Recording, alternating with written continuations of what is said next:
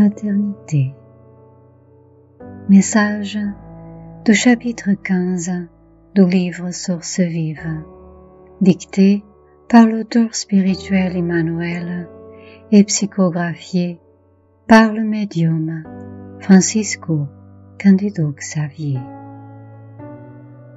Citation. À ceci, tous reconnaîtront que vous êtes mes disciples, si vous avez de l'amour les uns pour les autres. Jésus, Évangile de Jean, chapitre 13, verset 35.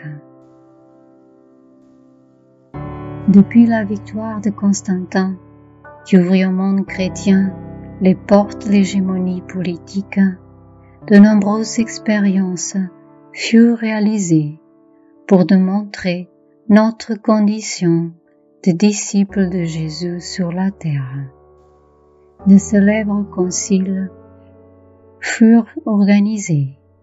Des conclusions hasardeuses furent formulées sur la nature de Dieu et de l'âme, de l'univers et de la vie. Nous encourageâmes des guerres dévastatrices qui provoquèrent la misère et la terreur chez ceux qui ne pouvaient croire en notre foi. En brandissant l'épée meurtrière et en allumant le feu dévorateur, nous nous disputâmes la tombe d'un maître divin. Des distinctions et des ministères religieux furent créés tout en prodiguant le venin et en manipulant le poignard. Nous allumâmes des feux et élevâmes des échauffeurs. Des supplices furent inventés et des prisons construites pour torturer tous ceux qui étaient en désaccord avec nos points de vue. Nous stimulâmes des insurrections qui se levèrent des frères les uns contre les autres, au nom du Seigneur qui avait témoigné sur la croix de son dévouement à l'humanité entière.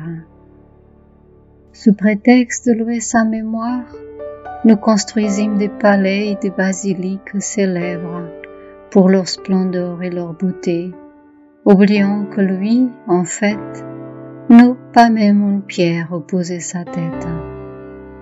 De nos jours encore, nous alimentons la séparation et la discorde, creusant entre nous des fossés d'incompréhension et d'animosité dans divers secteurs de l'interprétation. Pourtant, la parole de Christ ne peut être falsifiée. Nous ne serons pas honorés de la bonne nouvelle en agissant de manière superficielle. Nous avons plutôt besoin de la culture bénéfique de l'intelligence, de la justice qui fonde l'ordre, du progrès matériel qui enrichit le travail et d'assemblées qui encouragent l'étude.